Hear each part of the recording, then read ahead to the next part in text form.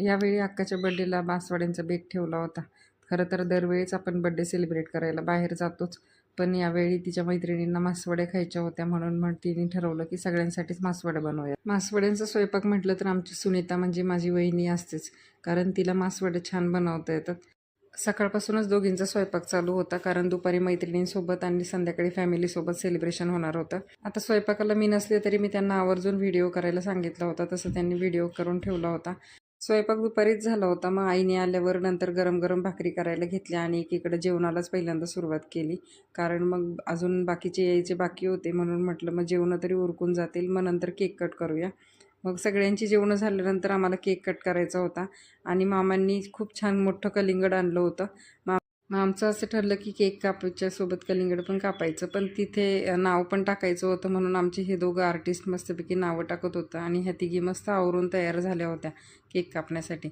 पण असं झालं की लाईटच गेली मध्येच. मग आम्ही नंतर असंच टॉर्च लावून सगळं कामं करत होतो आणि दीदीने खूप सुंदर असं सुजाता नाव टाकलं होतं, म्हणजे माझ्या मोठ्या बहिणीचं नाव टाकलं होतं. नाव टाकून झाल्यानंतर मग आम्ही असे तिन्ही केक छान मांडले आणि ओवाळायला सुरुवात केली. पहिले तर मामी आले ओवाळायला, नंतर मग आई वगैरे सगळेजण आले आणि आमच्याकडे लाईट नव्हती, त्याच्यामुळे थोडंसं आमचं स्ट्रगल चालू होतं. म्हणजे अगदी जुन्या काळात नाही का, एकीकडे फ्लॅश पकडून माणूस उभा असायचा आणि एकीकडे फोटोग्राफर असायचा, तसं आमचं चालू होतं.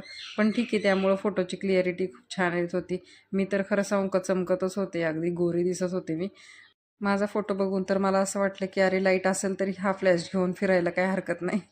केक कापून झाल्यानंतर मग एक एक जण पुढे येऊन तिला केक भरवत होते, फोटोज वगैरे काढत होते. आणि आदूचं मात्र ना केककडे इतकं कंटिन्यू लक्ष होतं ना, तिला असं झालं तर मला केक कधी खायला भेटेल, त्याच्यामुळं ती शेजारी उभं राहून पण तिचं केककडंच लक्ष होतं कंटिन्यू. आता इथं जरी कलिंगड कापलं होतं तरी महत्त्वाची गोष्ट म्हणजे ते अक्का अजिबात खाणारही नाही आणि हातही लावणार नाही, कारण विश्वास बसणार नाही कोणालाच की तिने लहानपणापासून झाल्यापासून एकही फळ खाल्लं नाही. तिला अजिबात फळं हा प्रकारच आवडत नाही, त्याच्यामुळं ती एकदम शॉकिंग झाली होती की मला नको आहे कलिंगड म्हणून, आणि आम्ही बळच तिला देत होतो. त्यानंतर ह्या छोट्या मुलींनी छान असं कलिंगड खायला सुरुवात केली, ॲटलिस्ट त्यांनी तरी मान ठेवला. आणि मग मी तिला एक पर्स आणली होती, ती मी आणि माझ्या वहिनीतर्फे गिफ्ट केलं.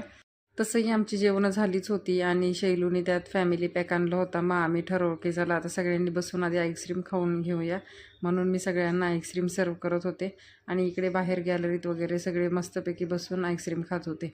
आमचा हा बड्डेचा व्हिडिओ तुम्हाला कसा वाटला मला नक्की आवर्जून सांगा. बाय, भेटूया नवीन व्हिडिओमध्ये.